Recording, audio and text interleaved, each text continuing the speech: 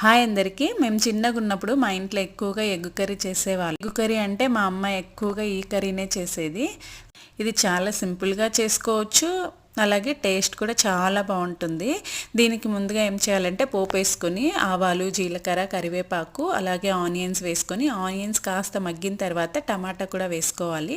టమాటా కాస్త ఫ్రై అయిన తర్వాత ఇందులో ఉప్పు, కారం, పసుపు వేసుకొని అలాగే కొబ్బరి, వెల్లుల్లి, అల్లము 3 దంచి పెట్టుకున్నా నేను. ఆ పేస్ట్ కూడా వేసుకోవాలి. దాంతోపాటుగా 1.5 స్పూన్ ధనియాల పొడి వేసుకోవాలి. ఇంకంతే, ఇంకేం మసాలా వేయట్లేదు నేను. కొద్దిగా మిక్స్ చేసుకొని ఒక చిన్న గ్లాస్ వాటర్ వేసుకోవాలి. ఇప్పుడు దీన్ని ఒక 4-5 నిమిషాల పాటు ఉడకనివ్వాలి. అప్పుడు ఆ మసాలా అంతా బాగా ఉడికిపోయి పచ్చి స్మెల్ లేకుండా ఉంటుంది. దాని తర్వాత మనం ఉడికించి ఇలా కట్ చేసి పెట్టుకున్న ఎగ్స్ వేసుకొని గరిటె పెట్టి మిక్స్ చేయకూడదు, లైట్గా మిక్స్ చేస్తే ఎల్లో మిక్స్ అవ్వకోకుండా ఎల్లో అలాగే ఉంటుంది.